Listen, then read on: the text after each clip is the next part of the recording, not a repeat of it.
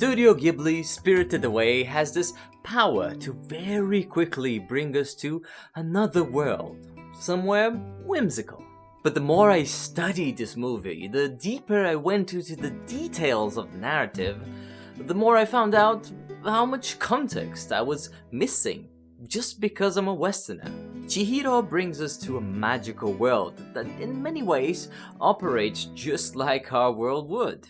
And if you're Japanese, or you're aware of onsen culture, it all starts with this symbol right here. The character Yu from the hiragana alphabet, when placed in front of an establishment like this, means that's an onsen, a particular type of hot springs lodging. And if you're Japanese, just seeing this one letter already brings you a barrage of preconceptions of what's going on inside this place, making the whole movie a completely different experience for you. So today I want to talk about a Ghibli theme that is very rarely explored in Western analysis: how Miyazaki beautifully built his divine bathhouse based on the etiquette and the rules and the history of the onsen. Let's have a look at this expert world building. Welcome to the World Building Tower, a series of videos in which I first introduce you to a fantastic piece of world building that exists out there in pop media, and from that I extract a world building exercise that any creator can try at home. If you're a writer, if you're a world builder, if you're a DM, you can try your hand, and at the very end I present my own version of this exercise, not as the right answer or anything, just as one example. If you're interested in good world building, in fantasy, in wonder, consider subscribing to this channel. We're almost reaching 750 subscribers. Writing fantasy is different from writing more realistic genres. In fantasy, you're allowed to neglect reality as much as you want. The only limit is your imagination. You can break the fundamental laws of physics like it was nothing. You can change the course of history. You can have gods walking among us. That is the golden tool of fantasy.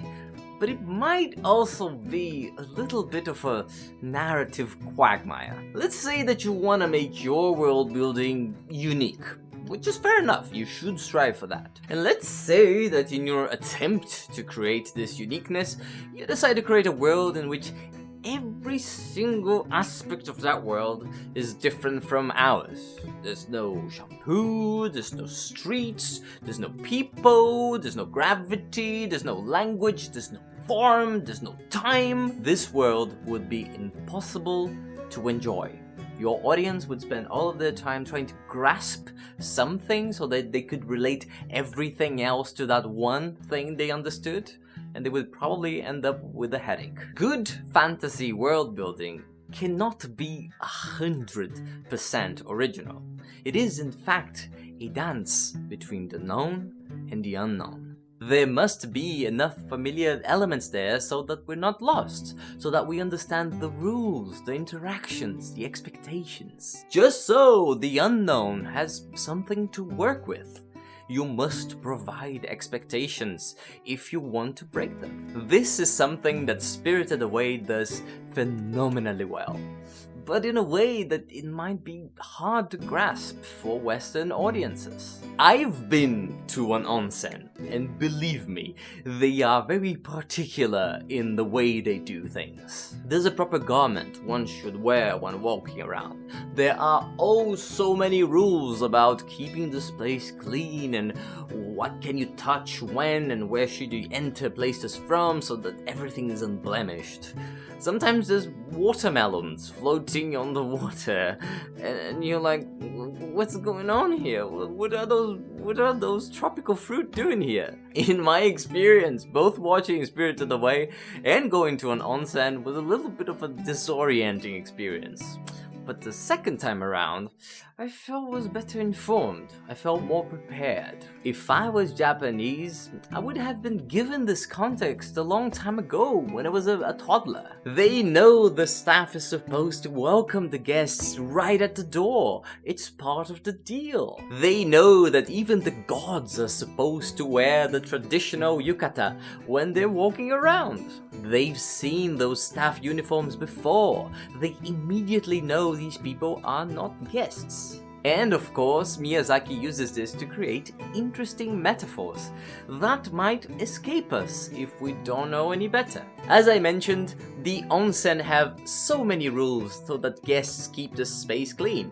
So there's a new level of depth when you see most of the challenges Chihiro must overcome while working there are related to dirtiness. Trigger warning here. To explain a scene in the movie, I will briefly mention child prostitution.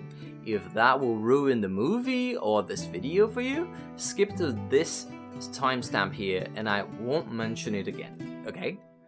3, 2, 1. Centuries ago, some onsen also operated as brothels, and many included children in their services, which is some really messed up history. With this context in mind, when you see Yubaba literally offering Chihiro to this very wealthy spirit that requested her by name, you can see the truly dark side of this scene. But only if you have context. I think the choice of the onsen as the basis of this world building is particularly interesting. It is a space full of details, full of little interactions that Miyazaki used to his advantage. So let's draw inspiration from that, and let's also dance between the known and the unknown in our world building exercise. Since we Westerners are not usually familiarized with the intricacies and the history of the onsen, let me ask you, what are you familiarized with? What is a place full of particularities, full of behaviors that should be followed that you know very well, that you've operated your whole life? That's the first part of our exercise. You must choose a place that's normal, but that's interesting enough. For the second part, we must choose a fantastical background, a series of symbols and legends that will add to our normal place, making it much less normal. Of course, we'll need to choose which elements of that place we will maintain exactly as they are, and which ones we will change, which ones we will make magical. And that balance is exactly what we're trying to practice here. But instead of just naming those changes you've made in bullet points, which would be a bit dull, let me invite you to write a journey inside this new place you created. If that was spirited away, we could describe the journey of a dirty spirit looking to get cleaned in the bathhouse, or maybe the journey of a young girl who got lost in this strange world and had to ask for work to get by. If we do that, we can show both our normal bits and also our whimsical bits in action, in motion. And with that, we go to the last part of the video, which is my take on this exercise, just as an example, okay? And let me invite you to also share your exercise in the comments of this video. There has been a wonderful exchange with so many great world building ideas, and I would love to hear yours as well. Okay, let's make some magic. I'm inspired by this audiobook I recently finished called The Salvage Crew. I'll definitely make a video about it at some point. And I'm also inspired by this one particular scene in Rick and Morty. So I'm gonna go more or less in that direction. So the place I'm choosing here is one I am deeply familiar with. The arcade. And the set of magical symbology I'm going to connect it with is going to be Buddhism. More specifically, the samsara, the cycle of death and rebirth. Since I need to guide you through a journey now, and since we're in the theme of Buddhism, I am going to propose something very different for this part of the video.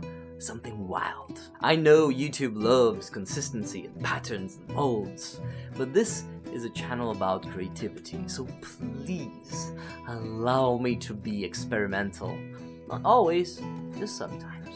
I want to transform this journey into a guided meditation. How about that? Whew. The rules are simple. Take a deep breath.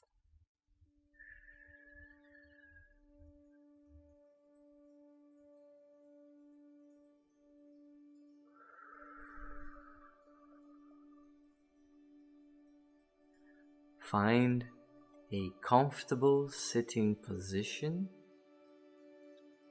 Relax your shoulders and slowly close your eyes.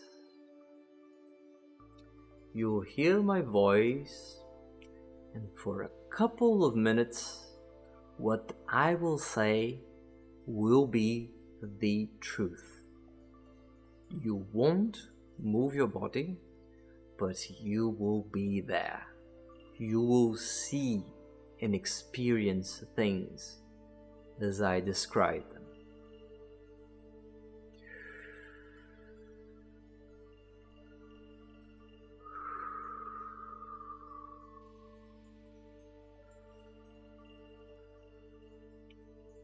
You're in a long room full of arcade machines. The ceiling and walls are painted black, but there's neon lights flashing everywhere, making everything bright and colorful. There's video game music all around you. Walking around the game machines, you see beings that seem to be made of water that refuse to believe in gravity. They calmly float around, browsing the pixel art drawings flashing on the screens all around. Next to you, one of the beings is carrying a little statue, similar to an RPG miniature in the form of a horse. You watch as the being goes to the machine right next to you, and in the place where normally you would place a coin, it places the little token. The screen immediately flashes, and you see in beautiful pixelated graphics the first few moments of a little horse's life from its own perspective. You see it moving its neck around, trying to make sense of that bright world. And you see the moment when the little fowl sees his horse mama for the first time. On your side, a noise catches your attention. Another being just finished the game, and the machine is spilling a stream of interconnected red tickets, one after the other. You look down and notice your machine also has a bunch of those sticking out. Apparently, you just finished the game too. Each ticket has the same word printed on it: karma. You grab them and head to a counter where you just remembered you can retrieve a prize. The counter has a myriad of little statuettes, just like the one with the horse, but with all sorts of animals, planets, galaxies, even AIs. You look down at your karma tickets and you wonder, what's the best thing you can get for your next game?